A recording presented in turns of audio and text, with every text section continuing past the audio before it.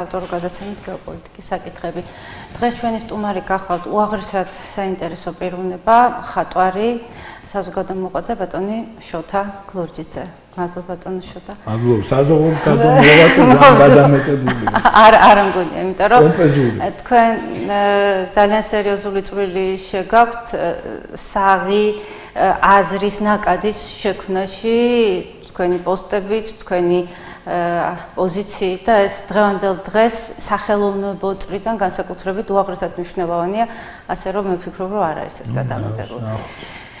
ბატონო შოთა, ჩვენ ვადენთ თვალყურს უკვე მერამდენე შემოტევას, მე არ მოვერიდები ამის თქმას, ქართული სახელმწიფოს წინააღმდეგ. ეს უკვე არის რიგით მე-7 რეზოლუცია.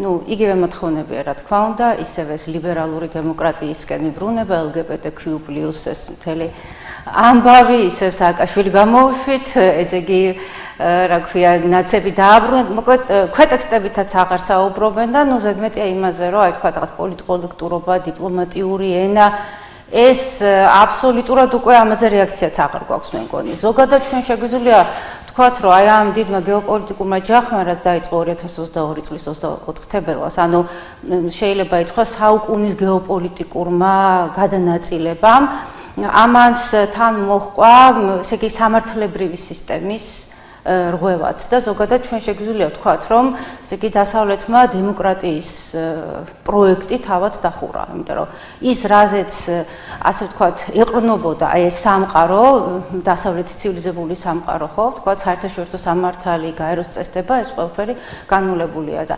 საინტერესოა, რომ აი ამ რღვევას, ვთქვათ, ხო, თანსდევს ღირებულებით ასპექტშიც მთელი რიგი, ესე ვთქვათ, ესე იგი ზნეობრივი ღირებულებითი სულიერი, აი ესე იგი, აი მთლიანად ჩამოშლა და ვართ ესეთ უწუნადო მდგომარეობაში და ამას პლუს კიდე ეს გეოპოლიტიკური კონტექსტი და პოლიტიკური და ეკონომიკური, მოკლედ სამყარო არის, აი შეიძლება ითქვას, რომ აი ესეთ გაურკვეվել, ესე იგი თვითგანადგურების იმაშია თითქოს სპირალში და არცაიდან არ ჩანს გამოსავალი და ჩვენარი პატარა სახელმწიფოებისთვის მით უმეტეს ისეთ გეოსტრატეგიულ არეალში, როგორში ჩვენ ვიმყოფებით, მოგეხსენებათ, რომ საქართველოს ზოგადად სამხრეთ კავკასია და განსაკუთრებით საქართველოს სამხრეთ კავკასიის ცენტრალური სახელმწიფო ეს გახლავთ სამი გეოპოლიტიკური ტექტონიკური ფილის, ევროპის, აზიის და აფრიკის გადაკვეთის წერტილში ვარ და ამიტომაც იყო, რომ ჩვენი ისტორიაც აი მუდმივი ომების და იმპერიათა შორის ესე თქვა ლავირების თუ იმპერიათა შორის გავლენის მოქცევის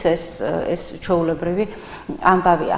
ეხლა რა არის საინტერესო, რომ ეს უკვე ფაქტიურად შეიძლება ითქვას, რომ მეხუთე მცდელობაა დაანონსებული, ეგრეთ წოდებული regime changes 31 აგვისტო დაგვითქვეს ვადად, მაგრამ მიუხედავად ამისა, შეიძლება ითქვას, რომ ჩვენ მყარად ვდგავართ, მიუხედავად იმისა, რომ ძალიან დიდი თანხები იხარჯება და ამას ღიად ამბობენ და ეს არც არის დამალული, ამაგალითად თებერვალში ოფიციალურად გამოცხადდა და მათმა საიტებმაც კი დადეს, თქვათ, რა თანხები იყო და რა ისინი მომზადებულია 500 კაციანი ჯგუფების 3000 აქტივისტი მთელი საქართველოს მასშტაბით და ასე შემდეგ და ასე შემდეგ. მიუხედავად ამისა, მაინც ვერ ხერხდება ჩვენი აყირავება და მე ერთმა ჩემმა მეგობარმა პოლიტოლოგმა ესეთი რამეც მითხრა, რომ მომავალშიო ესო სახელმძღვანელოებში რჩებაო ჩვენი, ასე ვთქვათ, ის რომ ესე იგი რეალურად ჩვენ ბერკეტი პოლიტიკური, იმიტომ რომ ჩვენ გეოპოლიტიკური პარამეტრებით ვართ ძალიან სუსტი, ჩვენი მოცემულობით, რაც ობიექტური მოცემულობაა, ვთქვათ, ხო? ძველი სტრატეგიული პარტნიორი გავაჯავრეთ, არ შეუსრულეთ მთავარი ამოცანა, ახალი არ ყავს, ასეთ რეგიონში უსაფრთხოების გარანტიების გარეშე ვაბანკ მივდივარ ძალიან ბევრი მიმართულებით, მოკლედ ძალიან ისეთი ვითარება. აი პირველი რა მაინტერესებს იცით, რა თქმა უნდა თქვენი შეფაზება აი მიმდინარე პროცესის თქვათ, ხო, აი რაც გულისხმობ აშკარად მტრულ დამოკიდებულებას ევროკავშირის საქართველოს მთავრობის და სახელმწიფოს მიმართ და მეორე იცით რა არის საინტერესო თქვენი გადმოსახედიდან, აი თქვენი აზრით რა ვერ გათვალეს დასავლეთის პოლიტექნოლოგებმა და აი სოციალური ინჟინერიის სპეციალისტებმა, თქვათ, ხო, როდესაც აქ გეგმავდნენ, თქვათ, მსგავს ღონისძიებებს, რასაც ქვია regime change და კაცმა რომ თქვა დარწმუნებულები იყვნენ მათ აგენტებს გონორზეც ეტყობათ, რომ ისინი ჯერჯერობით ძალიან ხნედ არიან და ასე თქვა ფარხმას არ ყრიან. აი რა ვერ გათვალეს მათ და გვაქვს თუ არა ჩვენ შანსი, აი მუდმივად ვიაროთ ასე ვთქვათ, აი ჩვენ საზოგადოებას, აი თქვენი აზრით საზოგადოებრივი განწყობები თქვენი აზრით შეიცვალა, არ შეიცვალა, ვთქვათ, ისინი რეალურად აღიქვამენ თუ არა მეორე ფრონტის თემას, იმიტომ რომ ძალიან ბევრი სკეპტიკურად იყო განწყობილი და ეგონათ რომ ეს ყურთმოთრეული რაღაც ესეთი PR ტექნოლოგია. აი ამ ხრივ თუ შეიცვალა რამე და რა ვერ გათვალეს აი ამ პოლიტექნოლოგებმა ჩვენთან მიმართებაში. იცი რა, ჩემი აზრით ერთი მინუსი რაც აქვს დასავლეთს, იმის და მიუხედავად რომ ძალიან ფუნდამენტალურად სწავლობენ თითქოს ყველაფერს და არაფერს არ გამოტოვებენ ნიუანსებს პატარას. მათ ერთი შეცდომა კი არა, ერთი მინუსი აქვს, რომ ისინი ეყნობიან არსებულ მედიას, რომელიც არის ქვეყანაში და აი ახლა ეს ქვეყნებში, სადაც ჩვენარ ქვეყნებში, სადაც მედია არის ფაქტიურად მიბმული პოლიტიკაზე ძალიან ისე რა. ის არ ასახავს, ის არ არის არკი. და ამიტომ ისინი ფსონს დებენ ისეთ რამეზე, რაც ჩანს მედიაში.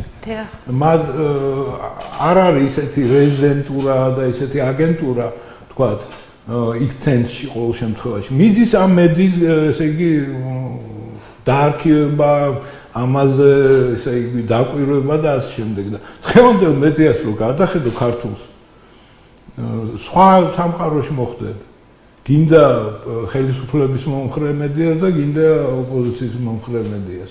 და რეალურ სურათს ვერ დაინახა. ამიტომ ისინი არიან აცლენილები, ეს დიდი ხანია დაიწყო ეგ თქვა დასავლეთში, იგივე შეერთებულ შტატებში და ერთი ჩემი ნაცნობი, რომელიც ძველი ის იყო, რა ქვია, უშიშროების თანამშრომელი, ის მეუბნება, რომ მაშინ ხო გახსოვს, რომ დათბა საბჭოთა კავშირის და ამერიკის ურთიერთობა და ეს საიუზ აპოლონი და რაღაცა და ეს უშიშროების თანამშრომლები წაიყვანეს ამერიკაში, ანახეს იქ როგორ მუშაობენ. ეს გაგიჟებული ჩამოვიდა, შპიონი არ ყავთ, ის არ ყავთ, რა ქვია, რეზიდენტი ისა, ხო? ჯაშუში ისა და ზიან ამ გაზეთებს კითხულობენ. თან პლუს თქვათ იგივე გალფის ქვეყნებში, ხო? ხალხი კითხულობს ამ გაზეთებს თარგმანს. იმიტომ რომ არ იციან არაბული ამ თქვათ სპარსული. აი ანუ არ წოდნა მათი არ ძალიან დიდი მინუსი. აი თქვათ რუსული კი არა, საბჭოთა დაზვერვისგან განსხვავებით, რომელიც ძალიან მაგრა მუშაობდა რა და აღმოსავლური ენების იცოდნენ და უშუალო კონტაქტებიც ჰქონდათ. თანერგილები ყავდათ, ღრმად აგენტურა, აქაც ყავთ ამათ ვიღაცები, მაგრამ ძალიან ზედაპირულად უყურებენ. ეგ არის ერთი მინუსი. და მეორე რამე რაც ჩვენ ესე იგი ვეხმარება მაინც ვერ დაძლიეს შიში აი ამ საქართველოს თქვათ როგორც მნიშვნელოვანი გეოგრაფიული წერტილის დაკარგვის რა. იმიტომ რომ როგორც კი ისინი აქ წავლენ გაატრიალებაზე, მაგდან ხვდებიან, რომ აქ დაიწყება სამოქალაქო ომი. არავინ არ მიიღებს, რომ სააკაშვილი დაბრუნდეს ისევ ხელისუფლებაში და შესაბამისად გაეხსნება ხელი თქვათ იგივე რუსეთს, რომ რამდენიმე საათში ქალაქის ცენტრში დადგეს. თავიანთი გაცხადებული სტრატეგიის მიხედვით, განახლებულ სტრატეგიაში ეს მიღები უწერია. წვავენ არ ჩამფულ, ანუ ზღვარზე აქვს მიყვანილი ეს, მაგრამ ისიც ვერ გადაუწყვეტიათ, რომ გადასცენ რუსეთს ეს რეგიონი. კი, რუსეთისთვის ეს მძიმე დარტყმა იქნება, იმიტომ რომ უნდა გამოანთავისუფლოს დაახლოებით 100,000 კაცი ფრონტიდან. ბევრი ფაქტორები იქნება მისთვის რთული, მაგრამ ესენი შეიძლება წავიდნენ ამაზე და ეს დასრულდეს ესე. მეორე რამეა კიდე ის, რომ ჩვენი ხელისუფლებები, ესეც ინაზრა, ესეც ლეგიტიმაციას ხალხში კი არ ეძებენ. ლეგიტიმაციას ეძებენ გარე ფაქტორებში რა, ანუ გარე ლეგიტიმაციას. ევროკავშირი იქნება თუ დასავლური. თუმცა ხა შეიძლება ითქვას, რომ ცოტა შეიცვალა ამ ხრივ ვითარება. არ არის დაყრდნობილი ეს სახალხო მართლობა არ არის. ამიტომ არ აინტერესებდა წყნარად თქვათ კორუფცია, ძალიან ღია კორუფციაში არიან, თქვათ ხო ჩვენი ხელისუფლება. იმიტომ რომ ისინი იმაზე კი არ რას იფიქრებს მათზე ხალხი, ის კი არ არის მათთვის მნიშვნელოვანი. და მომცემს თუ არა მას თუ რა. იქ რას იფიქრებენ იმ ცენტრებში, ხო? ის ჩინეთი, ინდოეთი იქნება თუ დასავლეთის, ვთქვათ, ევროკავშირი და ასე შემდეგ, ხო? აი იმაზე არიან მიმულები რა. ეს სისუსტე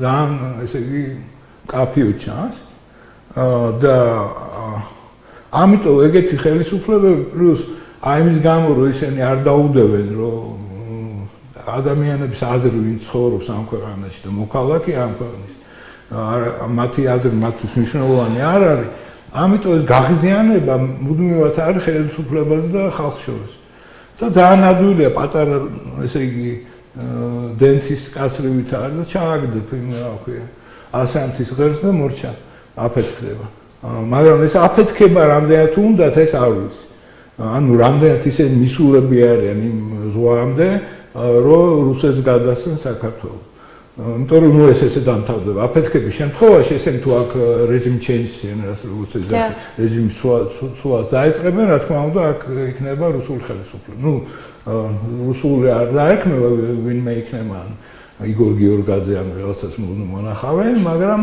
რეალურად საქართველოს იქნება ნუ პრინციპში სატელიტი უკვე ბოლომდე რუსეთს ეგრე დამთავრდება ეგ ამბავი აი ეგ შემიძლია ვთქვა ჩვენ უნდა იმედი ვიქონიოთ რომ ეგ არ მოხდება იმიტომ რომ რა ეს რაღაც ზღუდეები აქვთ მათ ნუ ვიღაცა გონიერი იქაც არის რა ვიღაცას არ უნდა ვიღაცა გაწირავს კიდევ სამ საქართველოს ან შეუნთოთ რა რუსეთს და კიდე ერთი პრობლემა იქნება აგერ საქართველოს დაიპყრეს და ის მორდერი კიდე უფრო ის იქნება რა კაფიო რა დიახ რა მინდა იცი და ჩვენ მაყურებელს შევახსენებ რომ დიალოგის ფორმატია ჩვენ საუბრობთ ერთობლივად აი მიმდინარე საკითხებზე და თემებზე ჩვენ აქ უნდა გავითვალისწინოთ მიმდინარე კონტექსტი სოფლიოში განვითარებული აი ამ გეოპოლიტიკური მოვლენების რაც გულისხმობთ რომ გლობალური ძალის ცენტრებისთვის დღევანდელ დღეს გამომდინარე იქიდან რომ მთლიანად სოფლიო გეოპოლიტიკის გადაწყობაზეა საუბარი. აი მეორე მსოფლიო ომის დროს მაგალითად იქ თუ იყო ევრაზიის კონტინენტის მოწყობის საკითხი თქვათ, ხო?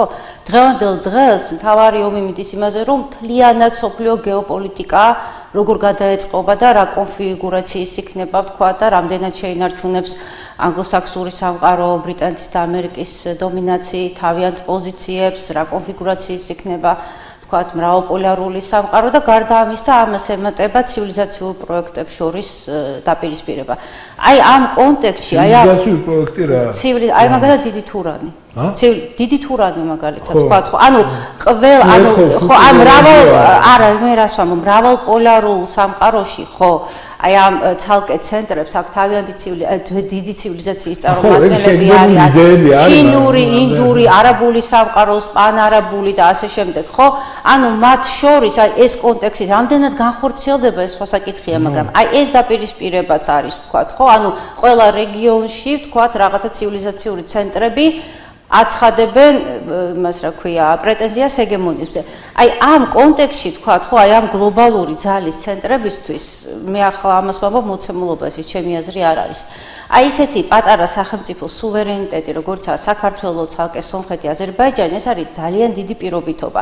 ზოგადად ისინი ახლა მე რასაც ვსწავლობ სტრატეგიებს ხო დასავლეთის თითქმის ყველა სტრატეგიაში სამხრეთ კავკასია ცალკე არ არის გამოყოფილი. ეს არის დიდი აღმოსავლეთის შემადგენელი ნაწილი, ანუ ახლო აღმოსავლეთის სამხრეთ კავკასია მათთვის არის ერთიანი გეოსტრატეგიული სივრცე და აი ზუსტად ახლო აღმოსავლეთის ეს პერფორმატირების პროცესი რაც დაიწყო მე ვემხრობი ამ აზრს როგორც კი დაიწყო ირანის დესტაბილიზაცია თქვა ჯერ კიდე 2 წლის წინ თქვა ხო ამას პირდაპირ მიბმულია სამხრეთ კავკასიის გეოპოლიტიკა და ამ კონტექსტში საკითხი არ დგას მხოლოდ ჩვენზე საკითხი არის მთლიანად რა კონფიგურაციის იქნება სამხრეთ კავკასიის გეოპოლიტიკა და ამ კონტექსტში უკვე ესე იგი ჩვენ მხოლოდ რუსეთი კი არ არის აქ საპირწონე აქ არის საპირწონე დიდი გეოპოლიტიკური ბლოკი ევრაზიის კონტინენტის მთავარი მოთამაშეები დღევანდელ დღეს უკვე სამხედრო სტრატეგიული პარტნიორობი წარმოდგენილი, როგორიც არის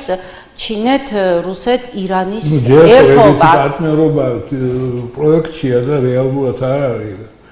არა, რეალურად ეს ნატო იშლება ამის არის. არა, მე რას ვამბობ, რომ ესე იგი მათთვის, მათი ხედვა როგორია, ჩვენ ისინი ცალკე არ გვიყურებენ, მათთვის თავარია მთლიანობაში სამხრეთ კავკასია და ამ კონტექსტში ხა რა ისინი ძურებით მიდის აზერბაიჯანში, სომხეთში, თქვა აგერ სომხეთი გამოაცხადეს თურმე რომ შავი ზღვის სტრატეგიის საკვანძო ქვეყანა არისო.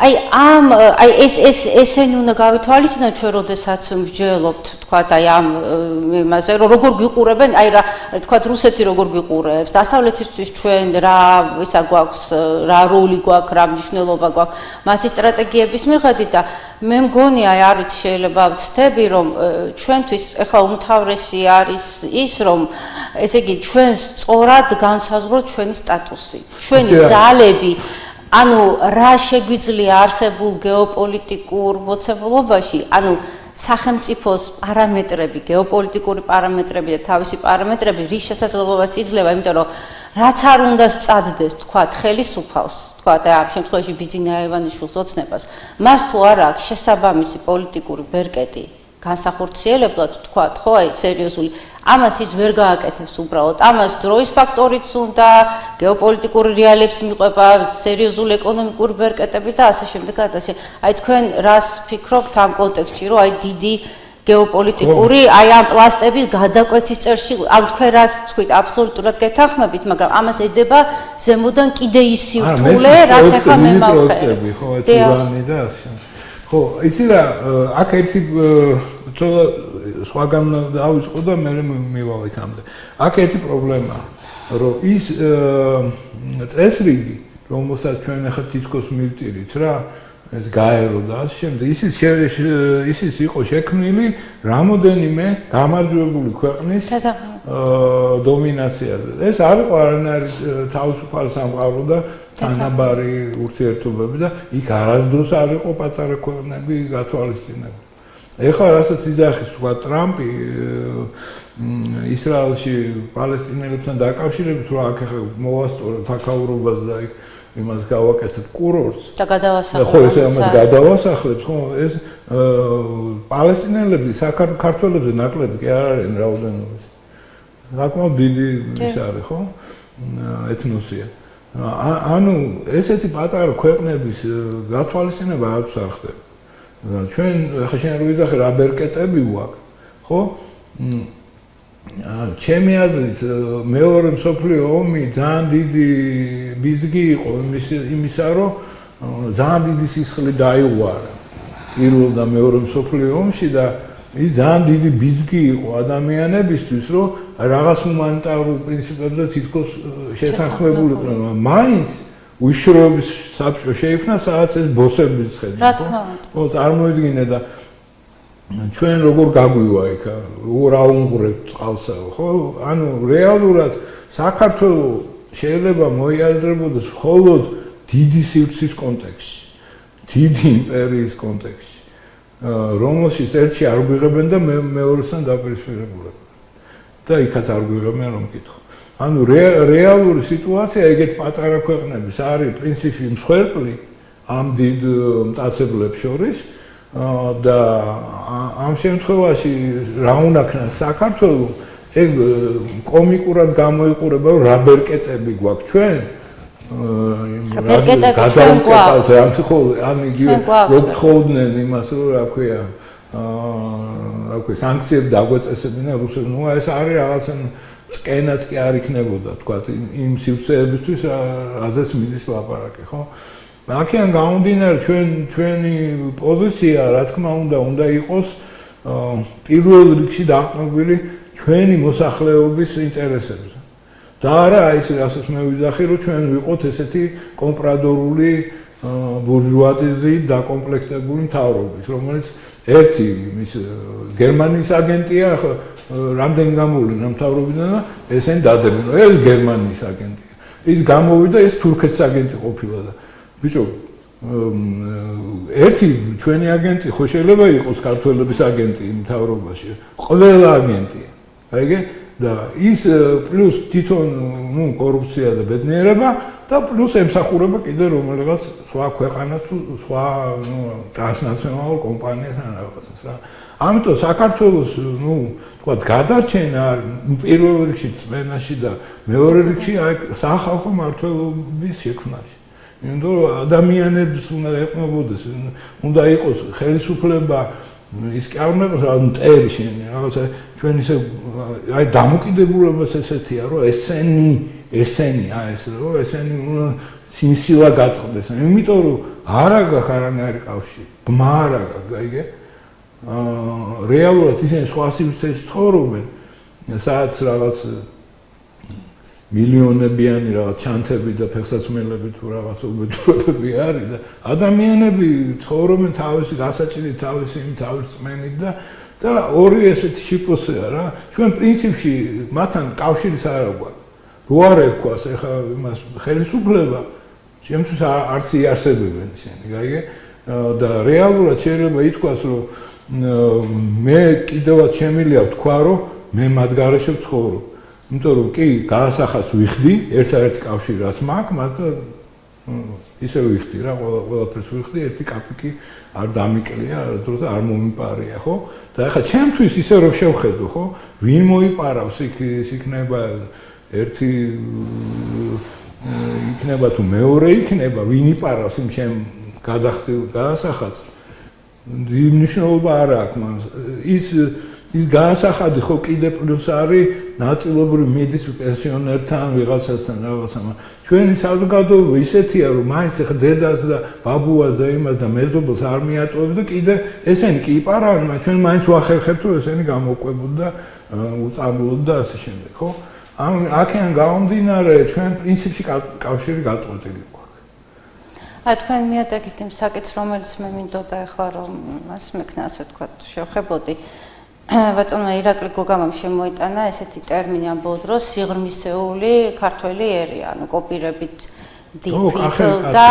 deep people და ასე ვთქვათ გლუბინი ნაროდ. მე deep state ქართული არის deep state deep ისე კი people ხო? ანუ მე ვიტყოდი რომ შეიძლება ითქვას უფრო აი ძირეული, ფუძისეული ქართულ ქრისტიანულ ცნობიერებად საფუძველზე მდგომი ერი. მეც აი ამ კატეგორიას წარმოვადგენ და აბსოლუტურად ძალიან დიდი ხანია გარიყული ვარ სახელმწიფო სტრუქტურებისგან და აი ერთადერთი ეს სივრცეა, სადაც აი ვთქვათ მე შემიძლია ჩემი აზრის გამოხატვა თქვა. ხო, აი ანუ მეც ძალიან დიდი ხანია ვთქვათ აბსოლუტურად ჩაკეტილი მაქვს ყველა მიმართულებას, უბრალოდ თავის დროზე მე თვითონ გავერიდე აი ამ სისტემას, იმიტომ რომ შინაგანი საოცარი შეუთავსებლობა. ნუ ზოგი ადამიანი არის თქვა, ნუ რაღაცა ჩემი ესე წარიმართა და მე ხო ესე ვკითხულობ დილის ლოცვებს ქრისტეს მოყვარული მთავრობა და მხედრობა, ესე იგი ვამატებ ქრისტეს მოყვარულს, იმიტომ რომ ანუ მე თავად არ ვამტვრია ეს კარები და რატომღაც ვამჯობინე და ეს ისიც ჩემთვის სრულიად შემთხვევით გაიხსნა აბსოლუტურად მოულოდნელი იყო ჩემთვის თქვა აი საზოგადოებრივ ასპარეზზე გამოსვლა. ცით რა არის საინტერესო რომ აი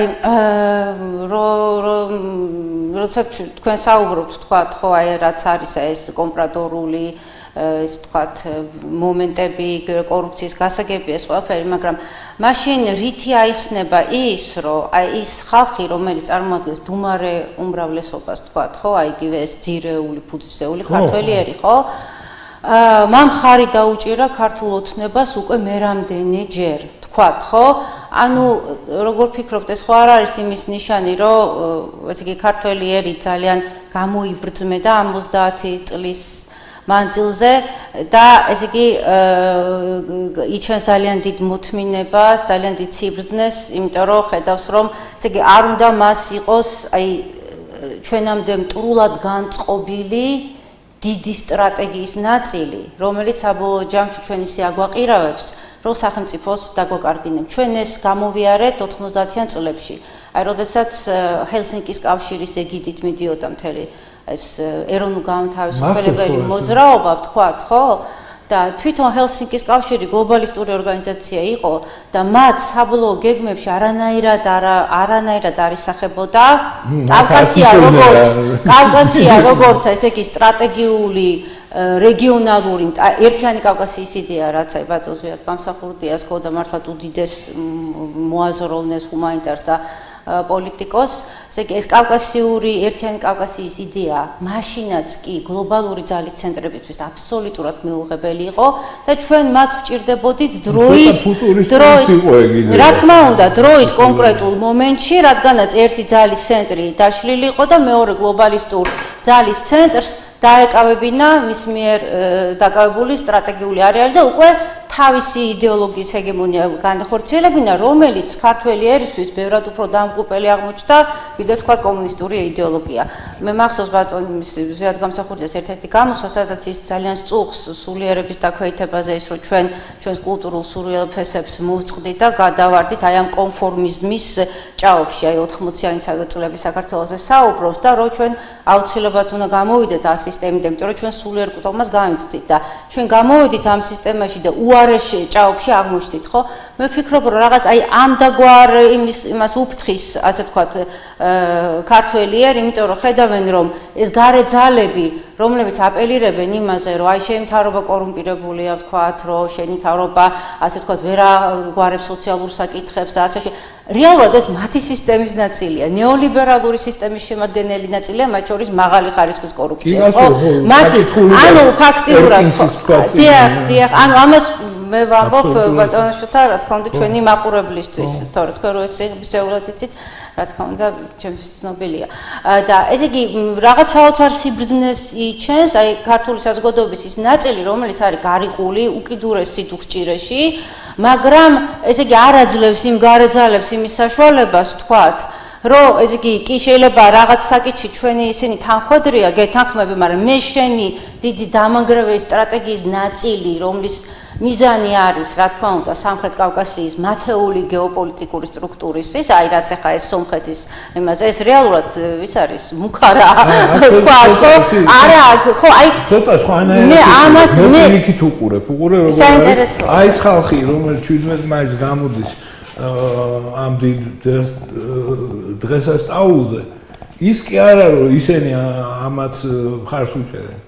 ესენი მთავრობა ცდილობს რომ იმაში რა ესეც დადებითი მოვლენა რომ მუქაჩოს თავისკენ რომ აი აბსოლუტურად LGBT ისა რო დღის წესრიგის მთავრობა რომელიც თქვათ იგივე 17 მაისს ხალხი ვინც აპროტესტებდა LGBT პრაიდს იმათ არბევდა ვთქვათ ხო ეხლა თვითონ ცდილობს რომ ამაში შედურეს ანუ პირიქით პროცესი ის კი არ არის რომ ეს რა ქვია ეს თავრობას უჭერს ხარს იმიტომ რომ ის მაგრად გას ამ რაღაც ქართულ ეუბნება რომ აქ დადექი აქ მოდი ეს არის დასახტე პირიქით არის აქ გამოჩნდა ძალა თავარი ძალა გამოჩნდა გაიგე ამის უგულებელყოფა ამ მოთმინების და ამის და მიუხედავად შეურაცხყოფის და ამის მიუხედავად ხო ამის უგულებელყოფა უკვე არ შეუძლებელია იმიტომ ამ 17 მაისს იმიტომ ვიზახი რომ ეს მართლა მანიფესტაცია ამის ხო ამ ძალის ისა და ეგრე ამისი უარყოფა ნუ შეიძლება ერთმა სიტყვამ საერთოდ გადმოაბრუნოს აქაურობა ისე წარმოვიდგინოთ რომ თქვა უწმინდესმა თქვას რომ რაღაც არ მომწონს ესენი როგორ იქცევიან დამთავრებულია ნებისმიერი მთავრობის ამბავი ამიტომ ესენი თან უკანათათებზე დადიან და თან იქითაც უკანათათებზე დადიან. ნუ ეს ნახოთ როგორ გამთარ. მე მგონია რომ ვერ შეძლებენ, იმიტომ რომ მოუფრთხილდებიან იმას, რომ ნუ საერთოდ დაკარგავენ რეგიონში. ნუ ყოველ შემთხვევაში საქართველოს მე არ მგონია რომ მე მგონია სომხეთშიც ესეთი ამბები იქნება რომ ნუ მოსინჯეს ფაქტიურად. ნუ ყოველ შემთხვევაში ახლა პირველი ვიზიტი იმ ქვეყანაში რომელიც გენოციდს აბრალებს შენ ხო და იმას არ უცნია გენოციდი და სომხური ხალხის ხო და თურქეთთან ესე იგი მიდიხარ გარიგებაზე ეს ნუ რაღაც დართული ამბავია რაშიც ეს ფაშინიანი არის ხა შესული და პლუს დაეტაკა სომხურ ეკლესიას ხო და სუფთა ლიბერალური დღის წესრიგი, რასაც სააკაშვილი აკონციალებდა. სააკაშვილი ხო და აქედან გამომდინარე ის სომხური საზოგადოება იქ მთლიანად ეკლესია მთავარია იქ. თუმცა სომხეთს დაახლოებით მე-19 საუკუნიდან მგონი საერთოდ სახელმწიფოებრივი არ ქონია. მე-11 საუკუნის შუა წლებიდან. ხო, ბოლო სამთავრო იყო სხვათა შორის სენექერიმის სამთავრო, რომელიც ქალიშვილი მარიამ არწრუმი იყო, მისი ჩვენი დედოფალი. ხო, ნუ ბაგრატ მეოთხის მოკლედ სახელმწიფოებრივია.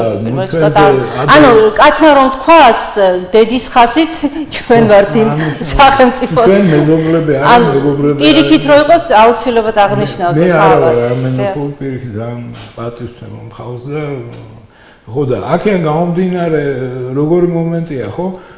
ეს დიასპორა სომხური და ამის გამაერთიანებელი ყოველთვის იყო არა ვთქვათ სამხედრო არისტოკრატია, არამედ იყო ეკლესია.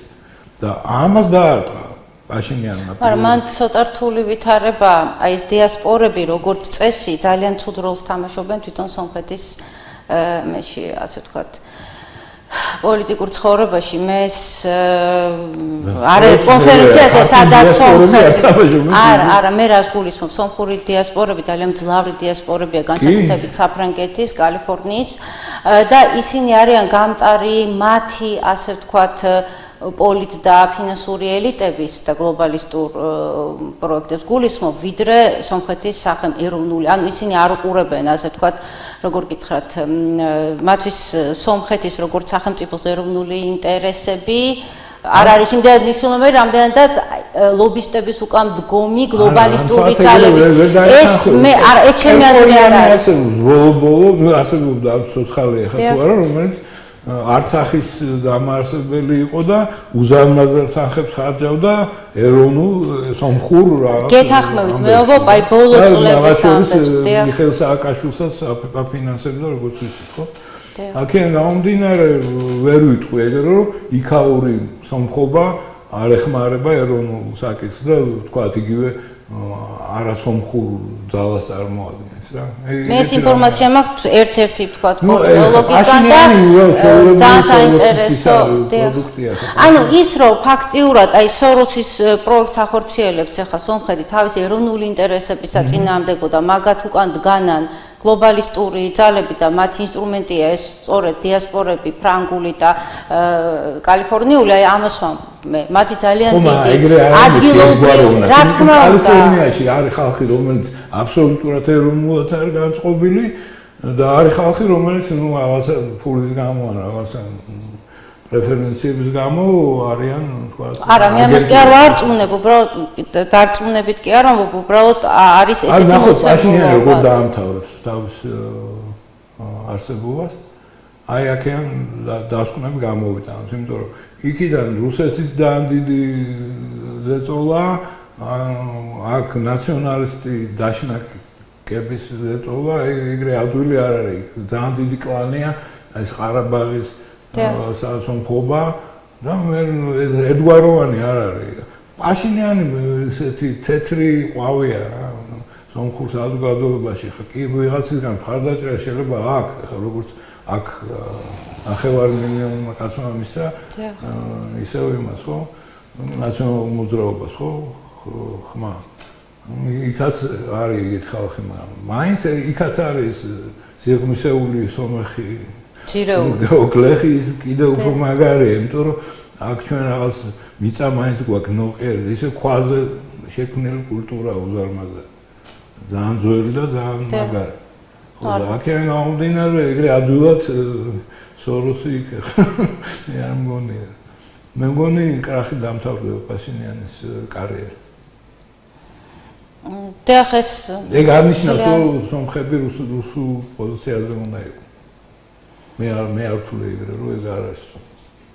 ეს პირდაპირ არის დაკავშირებული იმასთან სამხრეთ კავკასიის ერთიანობა რაიმე ფორმით, აი თქვათ ეს თუნდაც ეკონომიკური სახით სომხეთი, საქართველოს, აზერბაიჯანის, აი ზომიერი ინტეგრაციული პროექტი თქვათ ხო, ეკონომიური, სოციალ-კულტურული, იმიტომ რომ ცალ-ცალკე აი ეს სამივე რესპუბლიკა ვთქვათ ხო, იმდენად დაბალი გეომეტრიული პარამეტრებით ხასიათებიან დიდ ძალის ცენტრებთან მიმართებაში, რომ თეორიულადაც კი შესაძლებელია მათ ცალ-ცალკე რაღაცა რეალური სუვერენიტეტი მოიპოვონ. მე ამას ვსაუბრობ აი გეოპოლიტიკის ფუნდამენტურ, ასე ვთქვათ, მოცემულობებზე და გეოპოლიტიკაში ხდება ძალიან დიდი გარდაქმნები ხომ. იგივე ევროკავშირის შექმნა, ხო? იყო ძალიან დიდი აფეთქება ფაქტიურად, ხო?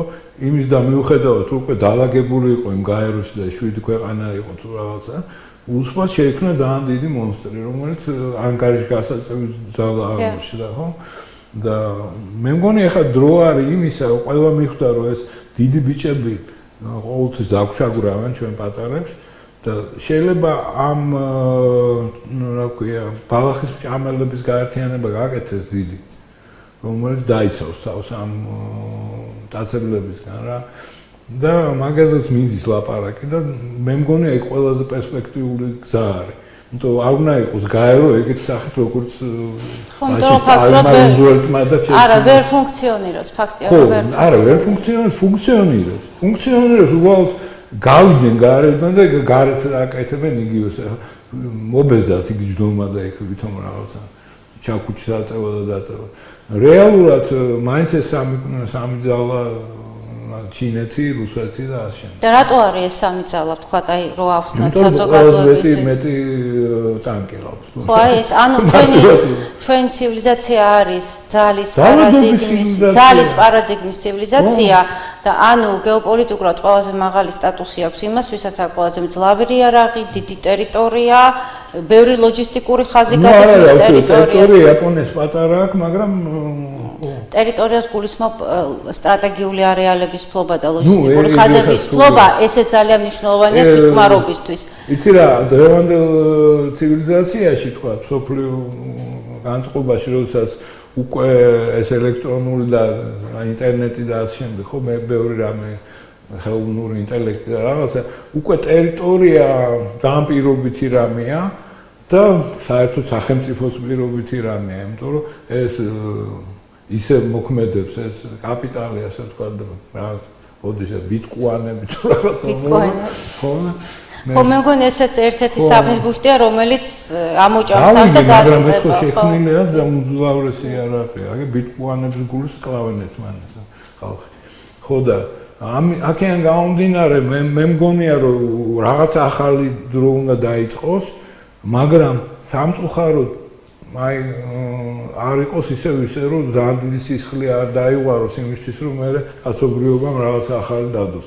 ნუ ისიც არ იქნება სულ ყოფილი როგორც ეს დაწესებულების რა ქვია შეთანხმება. აი ხა რომ ერთადერთი რაც შეიძლება მოხდეს გარდატეხა რომ ერთპოლარულიდან საბოლოოდ დადგინდეს მრავალპოლარული რომ იყოს რამდენიმე პოლუსი ვთქვათ ხო ზოგი ამბობს 5-6 ანუ დიდი მაინც ორპოლარული გამოდის მეც გეთანხმებით ამაში მაინც ორპოლარული გამოდის ანუ ევრაზიის კონტინენტს მთლიანად აფრიკას ეს ვთქვათ რამდენი ნუ რუსეთი იქნება დასავლეთი და ჩინეთი და რუსეთი და საბოლოო ჯამში იმიტომ რომ აი ზიარ ჭურჭელის როლს ასრულებს გლობალური სამხრეთი და აღმოსავლეთი ფაქტიურად ასე გამოიხატება მაგრამ მე მქონდა ძალიან საინტერესო საუბარი სწორედ ამ თემაზე ანუ პარადიგმული ცვლილების თაობას სხვა შორის ძალიან ცნობილი ფიზიკოსთან და მან მითხრა ესეთი რაღაც უბრალოდ ჯელობდით ჩვენ რომ აი თქვათ ხა არაფერი არ ეტყობა აი ამ სამყაროს თუნდაც მრავალპოლარული სტაბილურობის ნიშნებით არ ჩანს პირიქით ძალის ცენტრები ცდილობენ მაქსიმალურად აი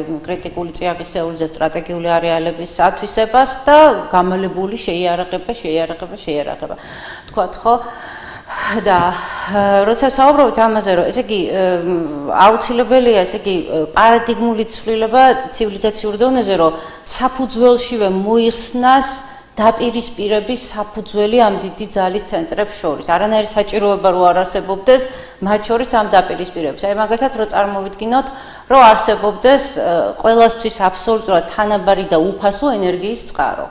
იცი რა ან რომ არ ესე იგი ვთქვათ მართლაც ეს სიმდიდრე რაც არის წიაღისეული სიმდიდრე აბსოლუტურად თანაბრად იყოს გადანაწილებული მთელ მსოფლიოში ვთქვათ ხო რაც მომენტალურად აღმოფხრივდა სიღარიბეს და ყველაფერს ვთქვათ ხო რომ იყოს თანაბარი ჯგუფა განათლებაზე და ასე შემდეგ ხო და ვთქვათ რომ რამდენი ერიც არსებობს და რამდენი ენაც არსებობს ვთქვათ ხო იმდენი სუვერენული სახელმწიფო ეს იდეალური სურათი დავხატეთ ამ პარადიგმაში დღევანდელ პარადიგმაში ესე იგი მეცნიერული პროგრესის განვითარების კუთხით ხო აი რაც გვაქვს ჩვენს ხელთ თანამედროვე ცივილიზაციას ეს წარმოუდგენელია იმიტომ რომ მასკსაც არა რას ვამბობ იცით იმიტომ რომ მაშინ უნდა არსებობს როგორც კი უფასო და ყველაფრის ენერგიის წყარო და ისეთი სხვარი და ანუ ამისთვის საჭიროა მართლაც პარადიგმული ცვლილება, რომელსაც ჩვენ ცივილიზაცია როდის მიაღწევს ღმერთმა უწყის და ამისთვის აუცილებელია ძალიან სერიოზული ნახტომი სწორედ აი ამ სამეცნიერო ტექნიკური პროგრესის კუთხით. და ერთსაც დავამატებ თუ შეიძლება რომ ამითხარო, ესე იგი მართლა კოსმოსში არსებობს დიდი ენერგიები.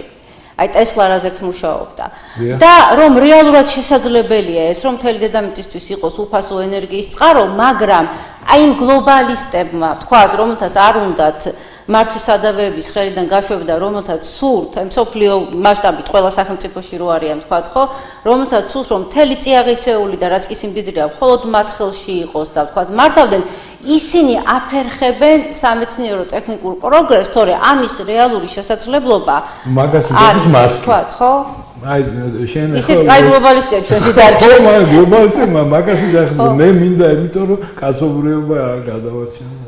იცი რა, აქ არის ერთი ანუ რეალურ არსებულ ძალის პარადიგმაში შეიძლება ითქვას, რომ ძალის ცენტრები თუ ეს გააწონასწორებენ ერთმანეთს, აი როგორც ახლა ატომური პარიტეტის ვთქვათ საკითხი ხო და თუ თავიანთ გეოსტრატეგიულ არეალებს უსაფრთხოების სარტყლებზე ერთმანეთზე არ ექნებათ დარტყმები და ჩიჩხინი ერთმანეთის წინააღმდეგ ხო შეიძლება რაღაც გარკვეული მართლა მშვიდობა და კეთილდღეობა დამყარდეს ვთქვათ ხო აი ამ იმაში ამ მოდელში ვთქვათ ხო ეს ეშმაკი საწაულყო ეშმაკი საწაულყო შენ სამყაროში ვერ ეტევა არის არაჩვეულებრივი წიგნი ნიკოლოზ სერბის ბიბლია და აკითხული და იქ მე მგონი ახსნილია რატო ხდება ეს ომები დაპირისპირება და ნუ ეხლა ლევან ვასაძე წლების წინ საუბრობდა მაშინ დავინტერესდი და მათი დავიკითხე ლევან ვასაძე ეგრე მარტივად ეხლა არის ამ ომებს თავის მიზეზი აქვს მე ეს ლირიული ეს გადახვევაც იყო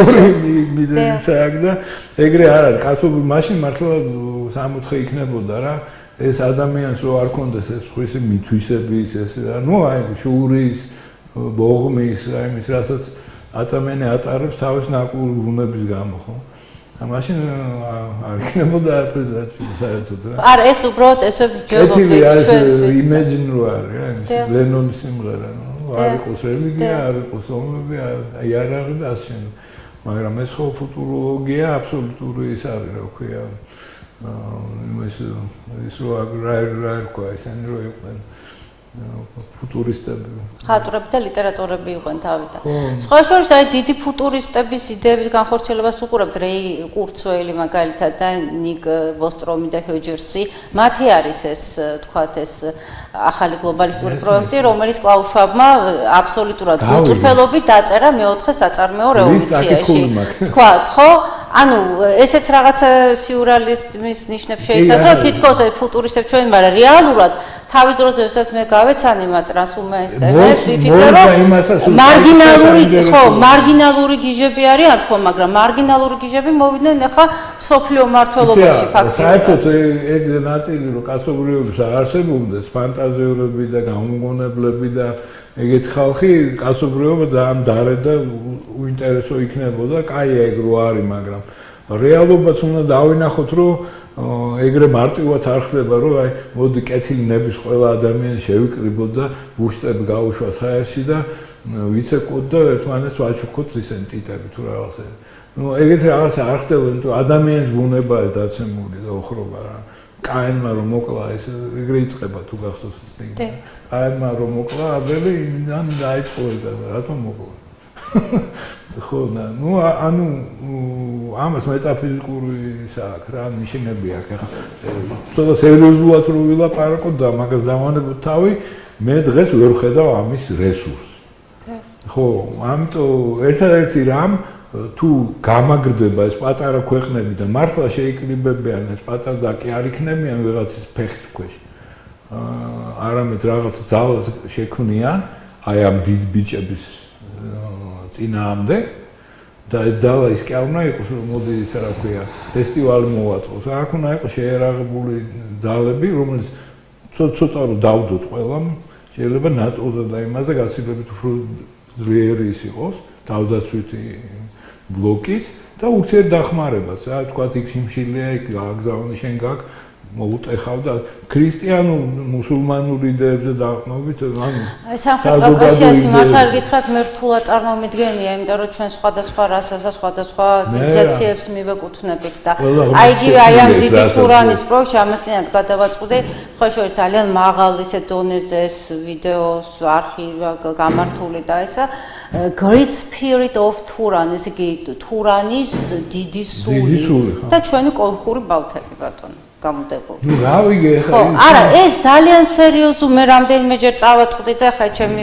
უშუალო პროფესიაა და მინდა გითხრათ რომ ძალიან სერიოზულ სამეცნიერო პლატფორმებზე პოზიციონირებენ ესე იმიტომ რომ მე საკითხული მაქვს რაღაცები იგივე აზერბაიჯანელების ხო რაღაცა ხარს უჭერენ და რაღაცა და ну საკმაოდ არა ну უბრალოდ ისიც კი არის უნდა ამტკიცო რომ თეთრი შავია წარმოუდგენელი მაგრამ რას ვამბობ რომ იმდენად მაბატე და გაირყნა ყველა სფერო თქვა აღარ დატოვეს არც მეცნიერება არ ყველაფერი არის აი დიდი ფინანსური ინსტიტუტების ქვეშ სადაც დიდ ფულს გადაიხდი აი აბსურდული თემების შეიძლება მე მახსოვს მაგალითად როდესაც იყო აი ეს დავით გარეჯის საკითხი თქვათ ხომ მაში კომუნისტების დროს მე მაშინ სკოლის მოსწავლე ვიყავი აზერბაიჯანელების მხრიდან საერთოდ ხმარისმოდა იმიტომ რომ ისინი არ თვლიდნენ თავიანთი კულტურის ძეგლად აზიმატს სპეკულაციებია გაუთავებელი. რა თქმა უნდა, მაგრამ ეს არის საარჩევნოთ იმისთვის, ამისთვის. არა, ეს ძალიან დიდხანს გრძელდება. მაშინ ვითომ ეროვნული მოძრაობისთვის. აი, ეს სულ სპეკულაციებია რა. რეალურად რატო არ ხო დროში დარბოდა ეს არბაშვილი რომ მაგას დავაბრუნებდა მე უწირებ ყოფს სადა. რატო არა, მესი დაბრუნება ფაქტურად ეს თავის დროზე წამოიწყო სალომე ზურაბიშვილმა და ეს იყო აშკარა პროვოკაცია, იმიტომ რომ ჩვენ ვიდრე სერიოზულად არ ავიმაღლებთ გეოპოლიტიკურ სტატუსს, თუ ეს შევძელით, თქვათ ხო, აი სწორი პოლიტიკური ცვლილებით და აი ძალთა შორის ბალანსირებით თუ შევძელით რომ ავიმაღლოთ ჩვენი გეოპოლიტიკური სტატუსი, მხოლოდ იმ შემთხვევაში შესაძლებელი იქნება, ანუ მყარი სტრატეგიული პარტნიორი თუ გვეყოლება, ეს საკითხი დავაყენოთ დღევანდელ დღეს. აი ამ საკითხის დაყენება ჩვენს მიერ ეს პოლიტიკური საკითხია, ნებისმიერ ვარიანტში წავაგებთ. არ შეიძლება უბრალოდ სამეცნიერო სფეროში უნდა ვიბრძოლოთ. თავარი საკითხი, ეხლა შევხედოთ სხვანაირად რა. კი, რა თქმა უნდა, კირნაული საკითხია, რა თქმა უნდა, ეს საქართველოა, დავით გარეჯი კულტურულად და ასე შემდეგ და ეს ასე თუ ისე, ну, კაია რომ დაბრუნდეს, მაგრამ ამისი გამოტანა იმაზე რა ქვია, თავარ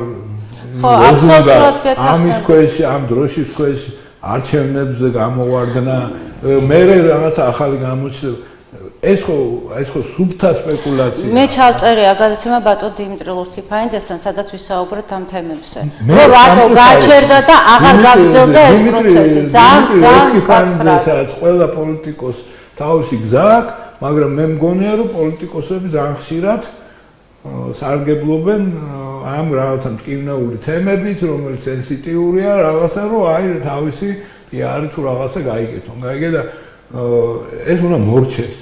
იმიტომ რომ მე იმიტომ კი არ ვიძახი რომ მე წინააღმდეგი ვარ რომ საქართველოს ტერიტორიას დაუბრუნდეს თქვა ის მონაკვეთი რასაც ქვია დავით გარეჯი ხო მაგრამ ისე რა ეს რო სპეკულაცია არა, ბატონ დიმიტრი შემთხვევაში ეს არ არის, თორემ ის უშუალოდ იყო სასამართლო პროცესებში და იმაში ჩართული და ის და დღეს აქტიურ პოლიტიკაში არ არის.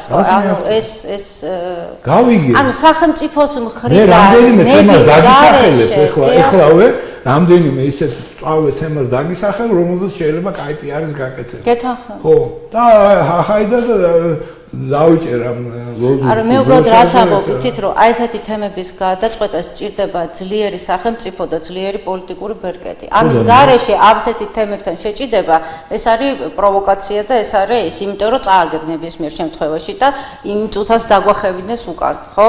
ან რაღაცა ისეთ კომპრომისს სამეცნიეროში არც განხილდა. ხო, ან ისეთ კომპრომისს ახვალ, რომელიც უარესი იქნება კიდე რაღაც ანუ ისტორიული დროის შეგრძნება მე ძიმას ვიცნობ და ძალიან პატრიოტი მე ძიმაზე კი არ მითქვი საერთოდ ამ თემებით სპეკულაცია ჩვევიათ პოლიტიკოსი და სხვა პრობლემებია ჩვენ მართლა ერთობის პრობლემა გვაქვს ჩვენ რაღაც ქართული ხალხი მართლობის პრობლემა გვაქვს ხო რომ ჩვენ თავს ვეკუთვნოდეთ მართლა. აი თქვენ ახსენეთ ხალხის მართლობა. ეს იდეალური არის მაშინ, როდესაც სახელმწიფო ერთიანი იდეოლოგიითაა შეგული და აი თქვა ქართველი ერი დგას თავის გენეტიკურ და კულტურულ კოდზე. თქვათ, ხო? და აი როდესაც ახლა ჩვენ ხედავთ, რომ აი საზოგადოების გარკვეული ნაწილი ცნობიერებითი ტრანსფორმაცია მოახდინეს, მაგალითად აი მე ერთ-ერთ გადაცემაზე ერთი პიროვნება მიწერს პირდაპირ ჯორჯიან თაიმში ვიყავით, რომ ჩვენ მარტივი გადარჩენისთვის, იმიტომ რომ აი თუ გინდა ნატოში ინტეგრირება, უნდა შევუერთდეთ თურქეთს, რომ ეს არის ერთადერთი გადარჩენის გზა.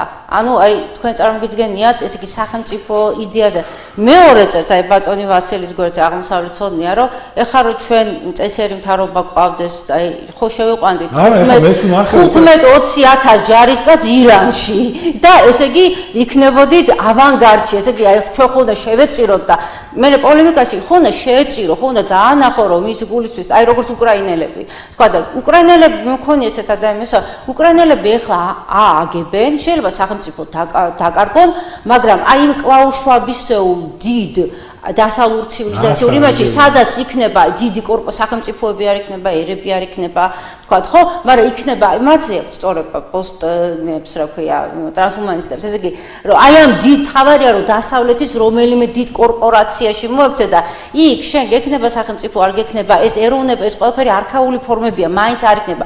ანუ გულწრფელ საუბრებში ისინი აღიარებენ რომ ქართული სახელმწიფო ეროვნება, სულიერება, ეს ყველაფერი იცით რა არის, მაინც დრომოჭუმული. აი ასეთ ადამიანებთან მე მაგალითად ხო, აი რა საფუძველზე უნდა შეთანხმდე, ხო, წარმოუდგენელია შეთანხმება, თქვათ, ხო?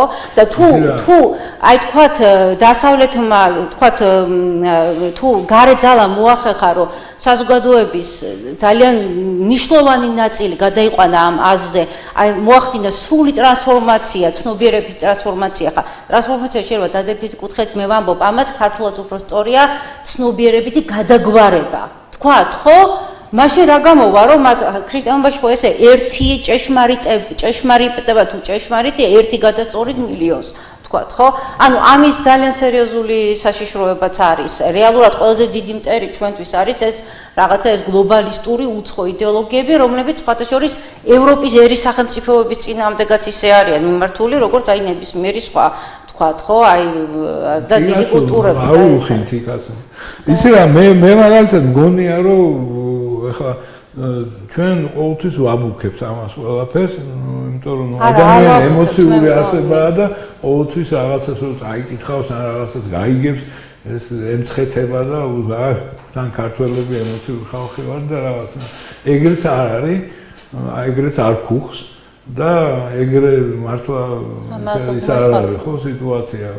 მე მგონია უბრალოდ რაღაცა რაციონალიზმისკენ მოწოდება საჭირო ცოტა ისე რა ამ ემოციისგან განთავისუფლება და ამ ხალხთან ურთიერთობა შეიძლება იმის და მიუხედავად მე მგონია აბსოლუტურად ესეთი მშვიდობიანი საუბარი თქვა კი გადაბრუნებული თუ რაღაცა ჩვენ ეგ უნდა გავთვალისწინოთ. უბრალოდ ჩემი ამოსავალია ქართული სახელმწიფო, ქართული სულიერების კულტურა ის შენარჩუნება და გაგრძელება. სახელმწიფოც არ არის უმთავრესი.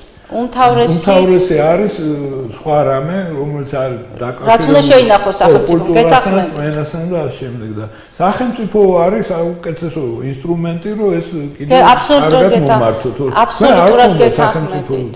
გეთანხმებით. ხო, და მაინც აი, როდესაც თქვენ საუბრობდით, რომ რა არისო ჩვენ მთავარი გეოპოლიტიკური იარაღი და ბერკეტი, ორი გვაქვს ჩვენ ესეთი. ერთი არის ჩვენი გეოსტრატეგიული მდებარეობა, სადაც შავი ზღვის სეგმენტი არის უაღრესად ძალიან დიდი აქტივი, სწორად თუ გამოვიყენებთ, რაც დავშვა და მეორე არის ჩვენი კულტურული და გენეტიკური კოდი. ანუ სახელმწიფო რომც დავკარგოთ, ჩვენ ქართველობას მაინც შევინარჩუნებთ და ბოლო 500 წელი ამის ძალიან ცხადი მაგალითი. ანუ ყველაზე მთავარი მაინც ჩვენ ისეთი დრო ველის მე არ გამოვრიცხავ რომ აი თუ ღმერთმა არქნას ძალის ცენტრებმა გადაწყვიტეს მანდამაინც სამხრეთ კავკასიაში რომლის ნიშნებიც არის დაეტაკო ნაკთავით მე არ გამოვრიცხავ იმასაც რომ ჩვენ სახელმწიფო ღმერთმა დაიფაროს დავკარგო აი ამ შემთხვევაში ჩვენ მანამდე მაქსიმალურად უნდა შევინარჩუნოთ აი ჩვენი ცნობიერება რომ ჩვენი კულტურა ჩვენი მაღალი წერილობითი კულტურა აქცევის მოდელები ჩვენი ცნობიერება ფილოსოფია სულით გონითი ეს შევინარჩუნოთ რომ როდესაც თქვა შემდგომი გეოპოლიტიკა ანუ გეთანხმებით აბსოლუტურად რომ თავარი ჩვენი სიმდიდრე არის აი ის უზარმაზარი სულით გონითი აი ყოვლის მომცველი იმიტომ არის რომ ქართველი აწყოს წარსულს და მომავალს ერთლიანობაში ხედავს და ჩვენი კულტურული გენეტიკური ფონდი აბსოლუტურად გეთანხმებით იმაში და თავარი ფასეულობა არის ეს რომელიც უნდა დაიცვას სახელმწიფომ ხო თუ შეიგნებს ხო კარგით, შოთა ძალიან საინტერესო იყო თქვენთვის საუბარი და ძალიან ბევრი ესე იგი სამსჯელო და სააზროვნო ძალიან ბევრი მასალა დამიტოვა პირადად მე და უღრმესი მადლობა და იმედი არაერთხელ იქნებით ჩვენი აუცილებლად სტუმარი